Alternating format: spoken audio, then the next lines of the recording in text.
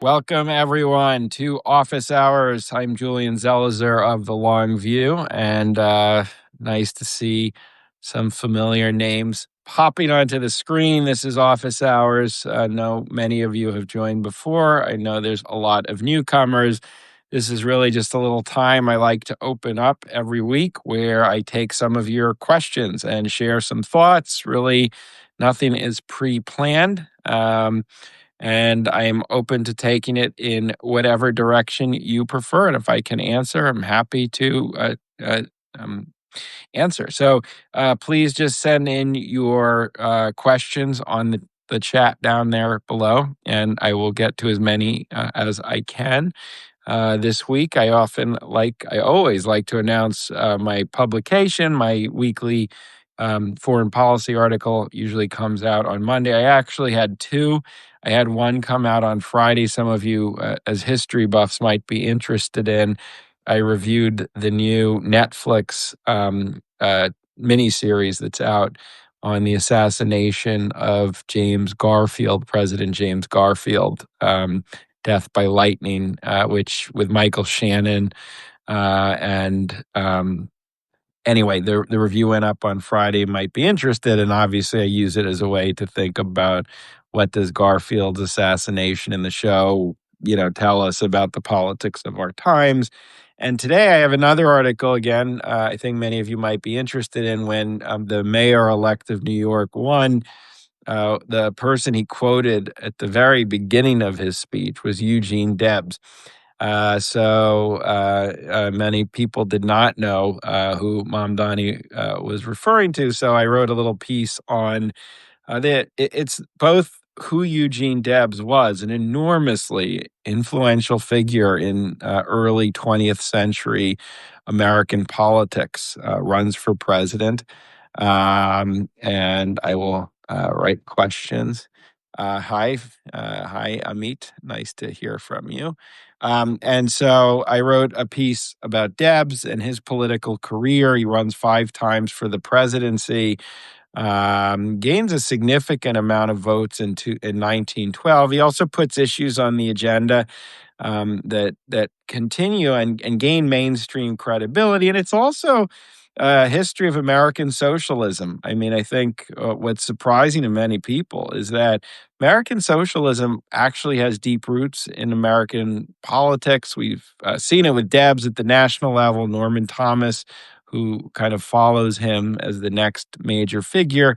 A lot of socialists have succeeded at the municipal level as mayors, Milwaukee, New York, and even smaller cities all around the country, including in the South. So it's just an interesting history. I think it's a forgotten history, but I think although many people are surprised by Mamdani's victory, it actually, the point of the article, taps into something we've seen for a long time in American politics, and some of the ideas often move their way into much broader forms of politics. So it's a fascinating history. And tomorrow, of course, my newsletter will come out. And Dave, I'll get to your question in a second. Yes, and in that piece, I think Bernie Sanders was incredibly effective at kind of bringing these into the mainstream. Tomorrow, my newsletter will come out. It focuses also on a democratic tradition of dealing with affordability. I urge you. I did a bunch of interviews last week. One, Jelani Cobb, who writes for the New Yorker. He's the dean of the Columbia Law School, and he wrote a really phenomenal book. It's a compilation of essays he's written for the New Yorker on race and America, particularly in the 2010s. And I urge you to take a look at the interview. It's on the archives. I thought it was really fascinating to hear what he had to say. This week, I have John Avalon from the Bulwark will be joining me on Friday. We haven't done a Substack yet, although we've talked a lot on air and on radio in previous years. So I think that you will enjoy that as well. Anyway, on the Epstein files, I mean, it's the whole story I have found fascinating. There's part of me And when Jonathan Alter and I did our Then and Now, I mean, part of what we talked about is why do some scandals pick up, and why do others fizzle? It's not inevitable which scandals take off. So part of the Epstein story, I think it's just based on a shocking substantive story of a horrendous history of sex trafficking and child abuse, and a person who was embedded, Jeffrey Epstein, in networks of very prominent people, and we don't know who did what. But we do know of a just sordid world, and so there is a substantive element of a scandal that historically does matter. I do think it's not only just a terrible story at the core, but it's also a story that then ties into another bigger issue. I mean, all scandals, besides the substance, become prisms with which to see the world. Watergate was a scandal not simply about a break in the Democratic headquarters, but it also becomes a story, David, about presidential abuse of power and secrecy. I think the Clinton impeachment scandal for his critics became a prism into a worldview, a baby boomer kind of worldview of culture, of privilege. And I think this Epstein's scandal, besides again, and I don't want to lose sight of the shocking substance and horrible substance at the core of the story, is about this problem we're seeing in American politics of elites disconnected from the rest of the country, protected, insulated. And I think even the emails only confirm that impression. That includes the president of the United States not living the same kind of life that the rest of us are living. And second, it's obviously conspiratorial politics. And again, a conspiracy can also be rooted in something real. But here, what you are seeing um, is a kind of politics, a political style, as the historian Richard Hofstadter wrote when he was talking about McCarthyism and 1950s conspiracies, that President Trump is very much promoted, including with this specific issue. And they are and can be extraordinarily difficult to control. Even some of the people who propagate that style of politics ultimately can find themselves at the core of that story. And I do think, Yvonne, that is why you're seeing some of the MAGA Republicans continue and even break with the president. This became more defining than almost any other kind of issue. So, and you can look at the second Red Scare in the 1950s. And again, you have to be careful because of the substance here is so terrible.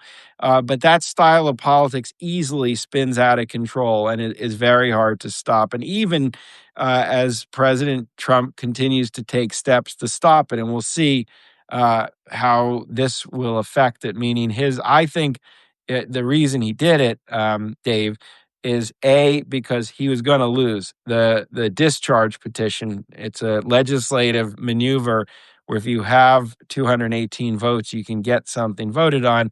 He had lost on that because of the break with the MAGA Republicans, including Marjorie Taylor Greene. So he had lost, and I think this is his kind of way of taking and owning this. And I do think, and Yvonne, some argue that with the war kind of wag the dog situation, that by flooding the zone now, letting everything out, in some ways he might get lost, meaning President Trump might get lost with, I'm sure, a trove of emails that are going to come out with all sorts of people. I don't know. I can't read his mind, but I think that's, Dave, part of the kind of what's changed. Yvonne asked about inflation. I mean, Yvonne, you've asked a lot of things, but in some ways, of all the things you have asked and some other people are putting on, I think that is I think the Epstein issue it has become a serious liability, but I think that's the place that, and we saw this in the elections, where the administration is just extraordinarily vulnerable. The economy doesn't match the picture and the narrative that the president is spinning. And President Biden learned it's very hard to say the world is one way and contradict the way that many people are feeling. And by all metrics at this point, it's clear that you both have continued problems with what you might consider short term or more temporary kinds of economic issues like inflation at the grocery store with food prices. And you have long term structural price pressures like home ownership. And that's why this weekend the president put out his social truth post with FDR and the 30-year mortgage, and then him and the 50-year mortgage.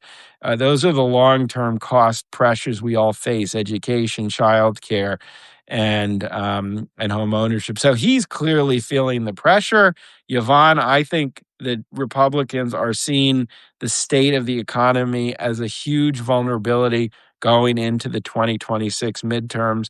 And I think the elections last week, which went in very different states, different candidates, all came back to this issue. Republicans are vulnerable, and they are vulnerable because this is an issue that matters in profound ways to Americans, because it involves where they are at the end of the week with their ability to feed their families. And these bread and butter issues historically have been very damaging. 1982, Democrats who are feeling incredibly weak with President Reagan in the White House. The economy goes into a recession in 81 and 82. And the Speaker of the House is Tip O'Neill. And the Democrats really make a central issue the Reagan recession. And Democrats do very well in the midterms. They increase their majority in the House, which they'd controlled, and more liberals gain seats because Democrats saw it with Reagan, who some would argue was more formidable in terms of the coalition he had put together and what he meant for conservative politics. The economy becomes a big opening wedge, and Democrats do very well, and they connect the recession to Reagan's tax cut of 1981, and they argue that these are all one of a whole. And I think you're going to see that. And Yvonne, yes, I mean, look, I don't think it's a surprise that the shutdown came to an end before Thanksgiving, which is a holiday with a lot of travel. And what was happening at the airports was going to manifest itself, I think, in ugly ways politically. I think that affected Democrats too, to be honest. And I think with Christmas coming and the holidays, Hanukkah, Christmas, all the gift giving holidays, prices are front and center. Not just the price of the good of a toy, for example, having gone up as a result of a tariff, but the price relative to what money you have left over. And many Americans don't have a lot of money left over, and they don't have any money left over. And an administration comes into office promising to solve that problem and doesn't.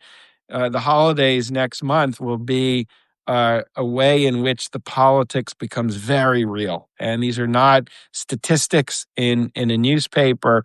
These are the kind of life that you live. Kat, I don't know what the Senate is going to do. There's a non-Reagan fan. We can talk about that in a second. I don't know what he's going to do, and I don't know. It is true in the Senate.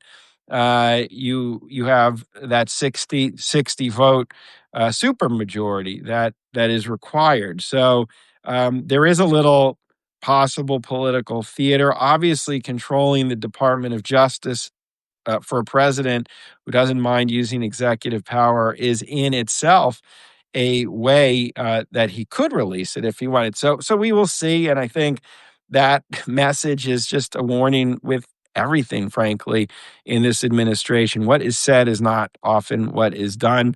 There's often a disconnect, so you need to see what happens in action. Interesting comment on Reagan. By the way, another guest I have Friday. I'm really excited to talk to him on Substack. Is John Gans, who some of you might have heard on Ezra Klein, and he wrote a phenomenal book on the 1990s and kind of right wing conservatism really taking hold in the party. And we're going to have a conversation, John and I, about the history of this relationship between the far right and mainstream Republican politics, which historically has been treated as something that didn't exist until recently, but actually it has a much longer history. So I hope some of you can tune in. Reagan is interesting, and I'll go a little history here. There is this ongoing interest these days in Reagan because it gets at this question. Look, there is in many people's minds this presence, very strong presence of the far right at this point. Um, and Trisha, I'll get to that. Let me just write down nothing. Between the far right, the Nick Fuentes story, and obviously Tucker Carlson and Carlson's connection um, to Vice President Vance, and historically, it's like what John and I are going to discuss. Reagan's a key figure because people look at Reagan in the 1980s and what was he about? I mean, there's one image often presented, often by conservatives, but not always, of a grand coalition building. Deborah, look at my newsletter tomorrow on Tuesday. They'll all be listed times and dates. A coalition builder who pushed aside the far right to build something broader. But there's a new literature, Max Boot's biography has this, where Reagan understood what the coalition included and often would play to some of these elements of his coalition for political power. And the whole argument is that even in the Reagan era, some of the underside of conservatism was very much there. Second, there's a second issue with Reagan in that um, he was an incredibly polarizing figure, and I do think I've noticed in writing in the last 10 years, there's a nostalgia about the Reagan years, as if Democrats and he got along. I can't tell you how many quotes I've seen about how Speaker of the House Tip O'Neill and him loved to have a drink at the end of the day after fighting. And it is true that there was more comedy in Washington, not comedy, between the parties. But Reagan was a divisive figure. It's not as if conservatism swept through the country. There were many people profoundly opposed to the direction in which he was taking the country, and I think we have kind of rewritten the Reagan presidency in a way that doesn't capture just how divisive what he was doing was. His efforts to dismantle a lot of the welfare state, and also his attacks on science and on international policy, a dramatic escalation until 85 of the Cold War, to the point polls are showing Americans were terrified of a very real possibility of nuclear war happening. So I urge people to read more about Reagan. There is this misconception, also the fact he does win a landslide in '84. It's a major landslide, but as with all elections, it doesn't mean that the country is swept away. And look, in the 1990s, and I know how polarizing President Clinton is among Democrats. But 92 is important in that you have a Democrat elected. He runs on some of the economic issues we are talking about. Um, and liberalism does not go away. I think Trisha, I can't remember. Kat just asked. Sorry, the scroll is faster than I can keep track of. In terms of Reagan and MAG, I mean, I think some of the connections that people make, obviously at the broadest level, Reagan's fundamental argument was that government is the problem, and that it was an attack on government, a prioritization of markets. And that argument looms large even today in what President Trump is trying to do. Secondly, and Ellen, this connects to your point that also, and this is not a kind of as polarizing, but Reagan did understand the communication element of presidential leadership, the theatrical element of presidential leadership. And there's some scholars who look at that and try to understand what Trump is doing. And then finally, there is not just an attack on government, but an attack on the disadvantaged that many people felt was pretty fundamental to what Reaganism was about. That he backed off quickly on Social Security, as I talked about with paid subscribers the other day in 81 and 82. But he continues to hammer away on people on welfare, not just the welfare program, but arguing that people on welfare were cheating the system. He cuts homeless programs. He cuts and stalls funding for basic social services. And some say you could connect that. And I guess finally is the presence of the far right was actually there, more pronounced than people remember. And now it's just kind of elevated to the top. So there's interesting connections. I urge you to look at Max Boot's biography, who does a lot. Max also adds the argument, trickle down economics in 81. That's an area of policy that George W. Bush continued with, and it has been central to what President Trump has done. So there are policy continuities which are very clear. And Max adds, Reagan would say things that were not true. He would tell stories based on movies he had been as his actor and present them as fact. And Max's book argues that that is an element of politics that now has become normalized under President Trump. So all sorts of connections. Others point to the differences, but I urge you to read that. Someone asked, maybe Trisha, when does this end? When do we go through periods of change, the tumult? And the answer, honest, I don't know. One thing I know from studying history is there is no moment it happens. There's no set of three things that have to happen to create more stability. Ultimately, the greatest predictor is what voters do. I mean, who voters put into office. And so I was just watching this documentary on HBO about John Lennon and Yoko Ono in 1971 and 72, which I highly urge people to watch. And it's about they are living in the village, and it's about a very contentious period in American history, political violence and political turbulence. And the 70s doesn't really get that much calmer, but there is some calming of leadership. I would argue that President Carter does do some of that work when he's in the White House. And so part of this is the electorate, part of it is a leadership question, but I don't think it's possible to point to cyclical patterns. I don't think it's possible to point to specific moments that will solve this. So I wish I had an easier answer, or better, more satisfying answer, but that is that is my answer. And I do point out that the turbulence is a big part of American politics. Take a break before I take a few more questions. I see there's a lot of interest in Reagan, which is really interesting and notable and not surprising. But I'm glad people want to talk about it, because I think that was really a formidable 8 years in American political history. Thank you, subscribers. As always, I want to share my appreciation for your support, and paid subscribers in particular. I want to thank you for providing the financial support I need to do this and keep this entire operation running. I often say independent journalism depends on paid subscribers. So for those who are not, I hope you will consider hitting that paid subscription and becoming one of my supporters. And I was also thinking maybe that's a nice gift to give to someone, a subscription, especially someone younger or interested in history and politics, or a friend or a family member. So thank you for all your support.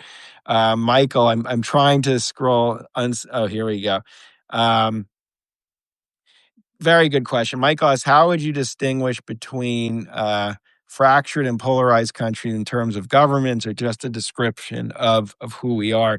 So there is this ongoing debate um, about, there's two parts of it, Michael. One part is, does the polarization we see in Washington reflect most people? And there's a whole line of really interesting political scientists who argue that elites are divided and fractured, and that affects governance. But if you ask most people, there's lots of kind of purple, there's lots of gray on most issues. It's not quite as divided. And the argument there is that political leaders actually divide, that they have incentives to be divided. They have incentives to placate groups and organizations that are far apart to maintain power, from interest group support to how gerrymandering works.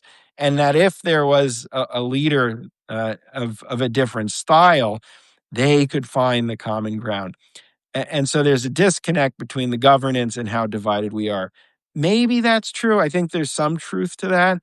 But I also think the governance does reflect where people are in their politics, meaning I hear that in polling you can find shades of gray, and I find that persuasive. But for me, the question is, how do people then act politically? Who do they vote for?